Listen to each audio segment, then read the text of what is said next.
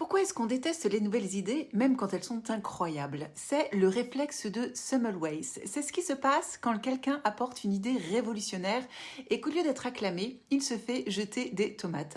L'histoire vient de Ignaz Semmelweis, un médecin hongrois du 19e siècle. Il découvre que se laver les mains réduit drastiquement la mortalité en maternité.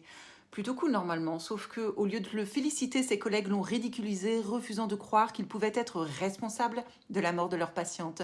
Résultat, il est discrédité et meurt fou dans un asile.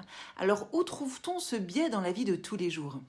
Le réflexe de Semmelweis, c'est notre tendance à rejeter une idée nouvelle juste parce qu'elle va à l'encontre de ce qu'on croit déjà.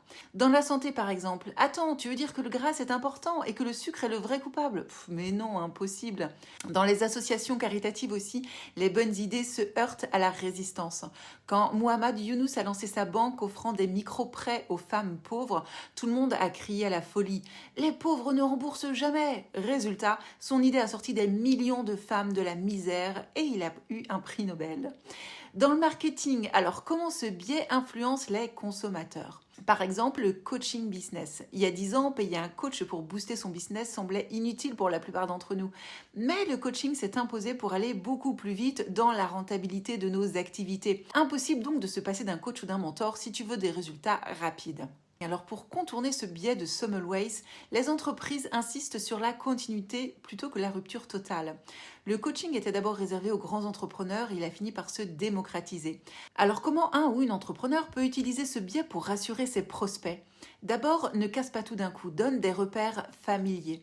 Si tu proposes une méthode innovante pour développer un business, au lieu de dire oublie tout ce que tu sais, dis plutôt c'est une version améliorée de ce que tu connais déjà. Appuie-toi bien sûr sur des figures d'autorité. Les gens rejettent les idées nouvelles mais font confiance aux experts.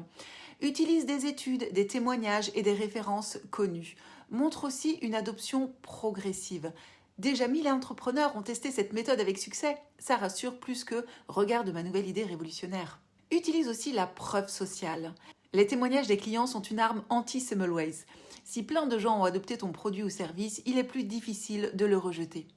Alors attention aux abus, ne manipule pas par ce biais. Certaines entreprises utilisent le réflexe de Semmelweis pour freiner l'innovation et maintenir leur monopole. Par exemple, l'industrie du tabac. Les études montrant que fumer est dangereux, des mensonges, nous disait-il. Si tu veux utiliser ce biais de manière éthique, ton but doit être de rassurer, pas de bloquer le progrès. Abonne-toi à ma chaîne pour découvrir d'autres biais cognitifs et implémenter ceux qui te plaisent le plus dans ton business.